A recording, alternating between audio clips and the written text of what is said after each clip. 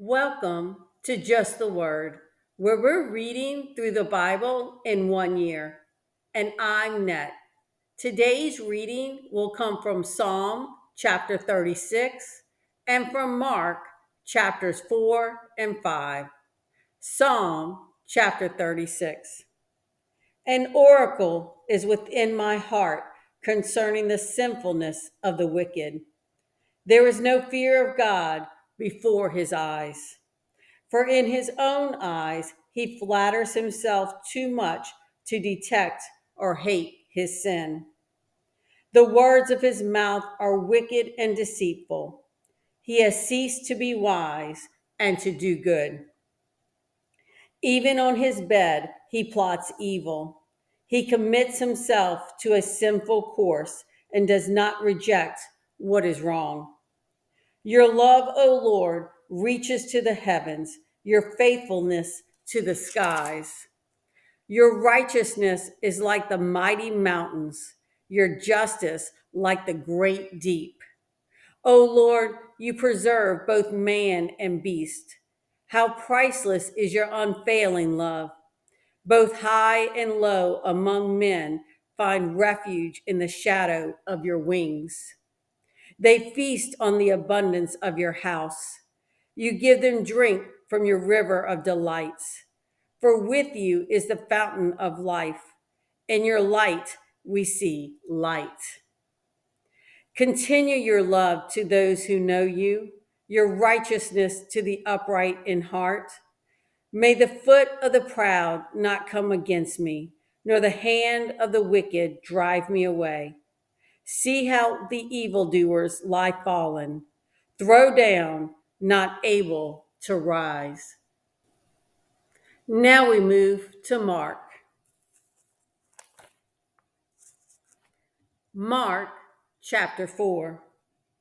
Again, Jesus began to teach by the lake.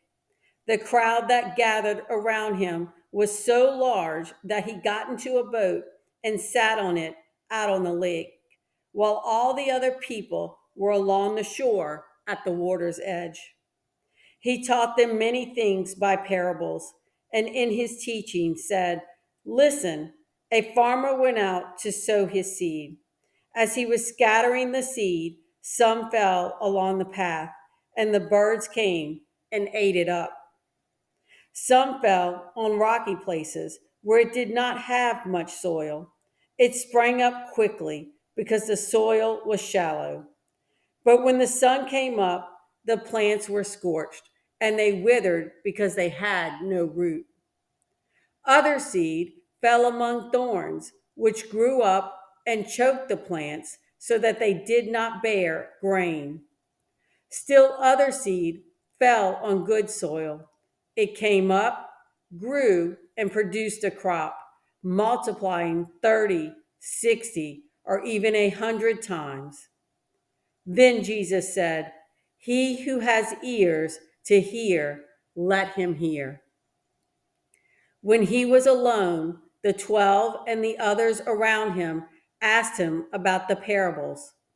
He told them, The secret of the kingdom of God has been given to you, but to those on the outside, everything is said in parables, so that they may be ever seeing, but never perceiving, and ever hearing, but never understanding.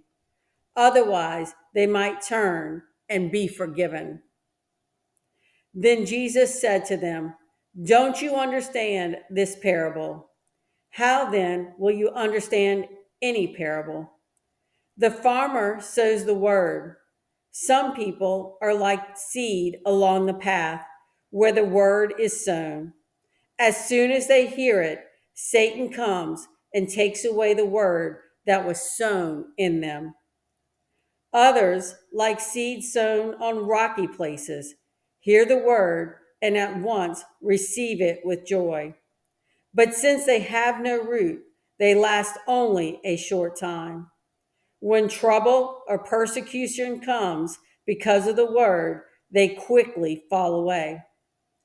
Still others, like seed sown among thorns, hear the word, but the worries of this life, the deceitfulness of wealth and the desires for other things come in and choke the word, making it unfruitful.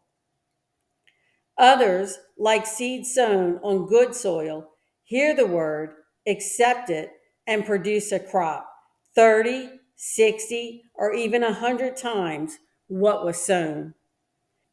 He said to them, "Do you bring in a lamp to put it under a bowl or a bed? Instead, don't you put it on its stand? For whatever is hidden is meant to be disclosed, and whatever is concealed is meant to be brought out into the open. If anyone has ears to hear, let him hear." Consider carefully what you hear, he continued. With the measure you use, it will be measured to you, and even more.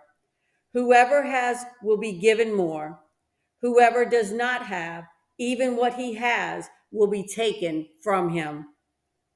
He also said, "This is what the kingdom of God is like. A man scattered seed on the ground. Night and day, whether he sleeps or gets up, the seed sprouts and grows, though he does not know how. All by itself, the soil produces grain. First the stalk, then the head, then the full kernel in the head. As soon as the grain is ripe, he puts the sickle to it, because the harvest has come." Again he said, "What shall we say the kingdom of God is like? Or what parable shall we use to describe it? It is like a mustard seed, which is the smallest seed you plant in the ground. Yet when planted, it grows and becomes the largest of all garden plants, with such big branches that the birds of the air can perch in its shade."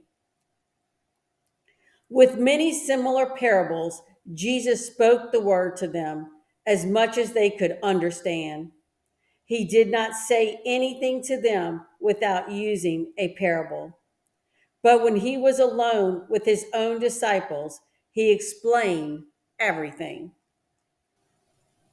That day, when evening came, he said to his disciples, "Let us go over to the other side."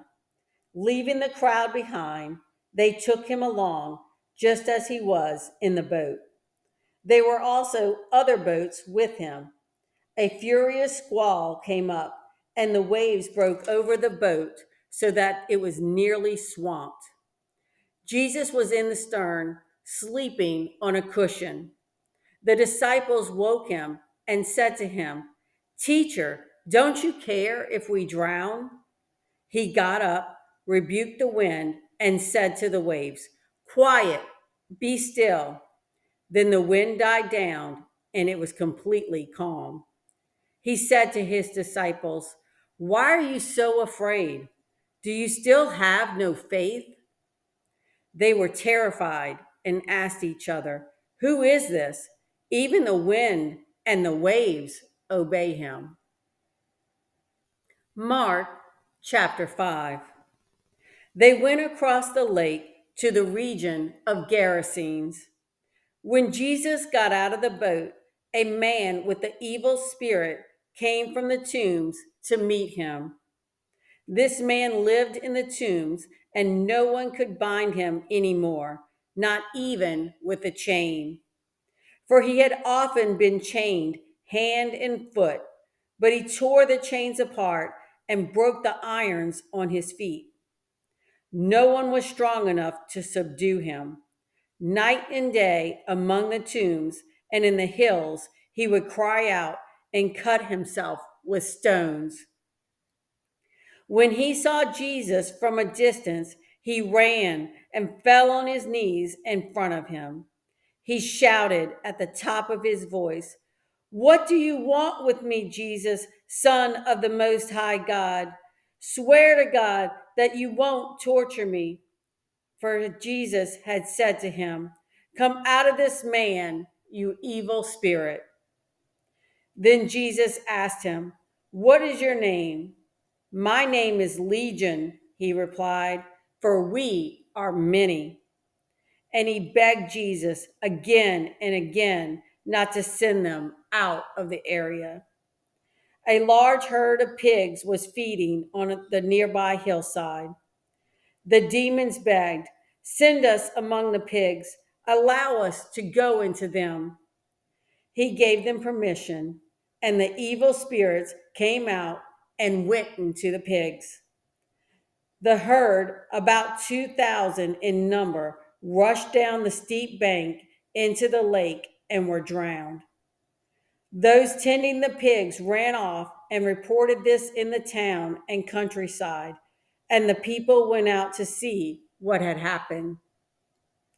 When they came to Jesus, they saw the man who had been possessed by the legion of demons sitting there, dressed and in his right mind, and they were afraid.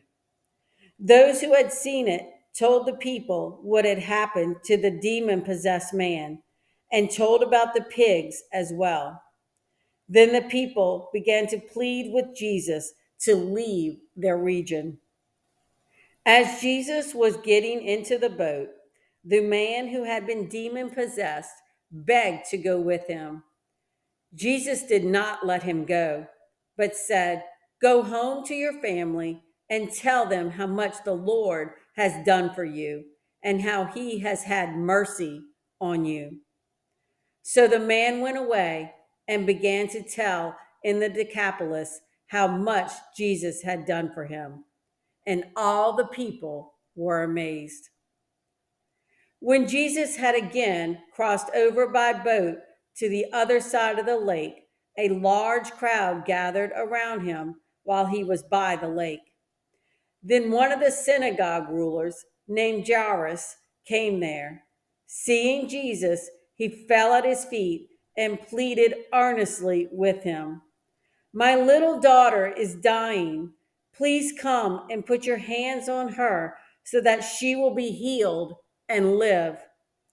So Jesus went with him.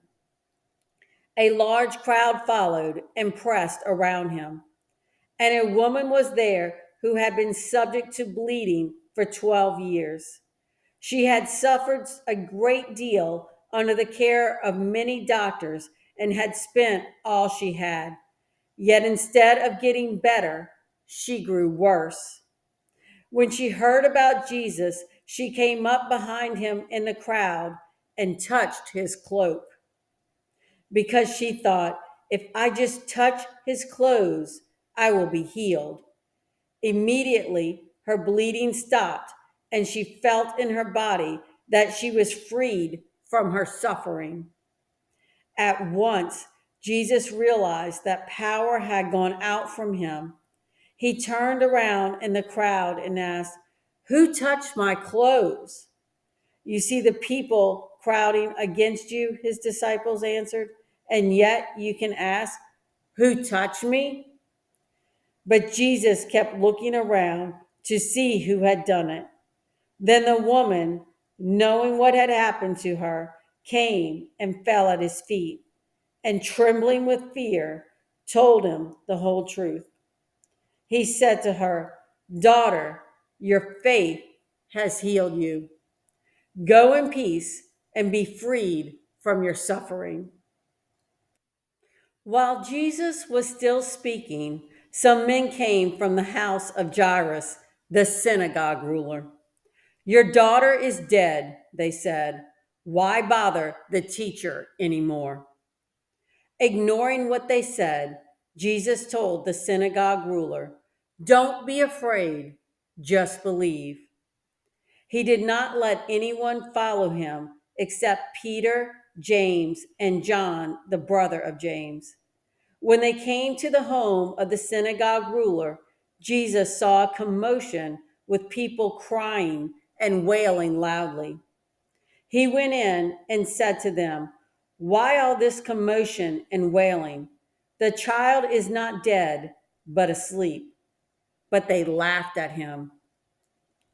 After he put them all out, he took the child's father and mother and the disciples who were with him, and he went in where the child was. He took her by the hand and said to her, "Talitha Cum, which means little girl, I say to you, get up. Immediately, the girl stood up and walked around. She was 12 years old. At this, they were completely astonished.